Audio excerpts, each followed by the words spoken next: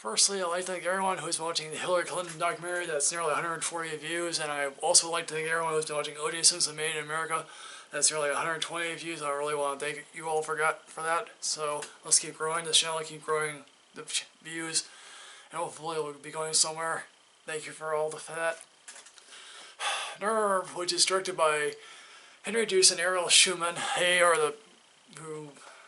They previously directed the Paranormal Activity films and Catfish. Now they're back here again. They also made a film called Viral. If you want to check that film out, I have my review for that up the line.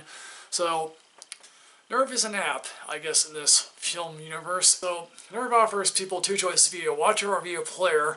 So I guess the business plan is simple. You know, the watcher pays a subscription fee, and the player is paid out of that pot there. And players have the option of accepting or rejecting a dare. And basically, if a player rejects a dare, he's out. If a player quits on a dare, he's out. And sometimes these dares get more and more dangerous, and the game exists in a legal gray zone because here's the thing: no one is really there is committing a crime. So, that's the fun part about this. So V, who is short for Venus, played by Emma Roberts here, is joining Nerve because she's a high school senior who's largely an introvert, and basically she's egged on by her best friend Sydney, who's an extrovert, and she's played by Emily Mead, and she, I guess, has a lot of subscribers, and that she does a whole lot of dares, and she gets, I guess, a whole lot of money from doing this. And again, so V obviously signs up to be a player. So V's first dare requires her to kiss a guy for about 5 seconds in a local restaurant, I guess a local eatery. And she meets Ian, played by Dave Franco, and he is required to do a dare. He has to lip sync to a song, I guess. And then I guess she and Ian then, I guess, do joint dares together. And all the while during this night, the dares keep getting bigger and bolder, and yes, they do get even more deadly, I guess, or more harmful, or they get more daring. I guess that's how I view it.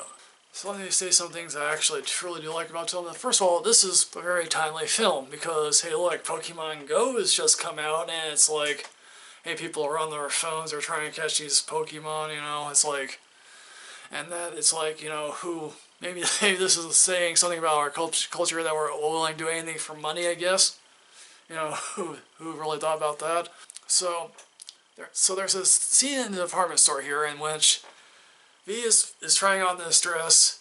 Her clothes are then taken from while she's trying on the dress. And her next dare, along with Ian's dare, is to walk out of the department store. And they figure, well, they never said exactly we're supposed to do it. So they end up, with their undergarments leaving the store, trying to not to get caught. So that's really a funny scene for me. So there is also another scene here, which I happen to like. I think it's a little more of a darker dare, in which Sydney, who is currently drunk at the time, has to get a ladder, go out the apartment window, walk on the ladder here, and then go across it to the next apartment window, and she can't do it here. And so, after getting in a fight with Emma decides to do it, and that's really good and chilling scene here, so I haven't liked that very much.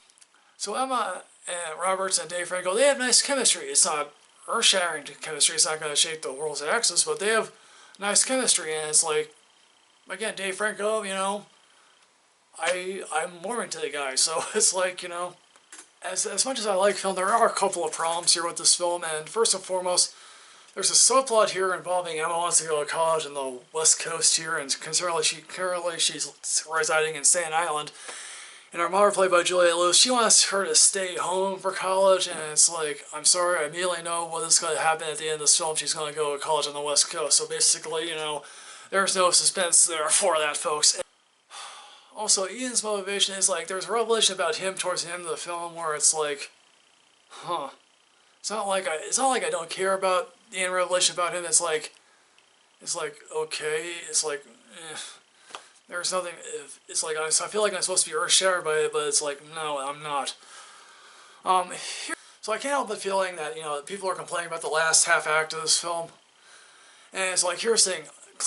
Again, this is based on, like, I tend to try to read everything that comes my way, basically, but I've yet to read this book. Maybe the author herself couldn't figure out an interesting explanation, because here's the thing, this thing is like, there's no central system here. It's like there's no one guy in charge, and it's like that would make a fascinating thing if there was a guy, or maybe there, like, who exactly is running this thing. It's like the author must have thought to herself, I'll throw this technical dark last act into the book here, maybe it'll work, maybe it won't.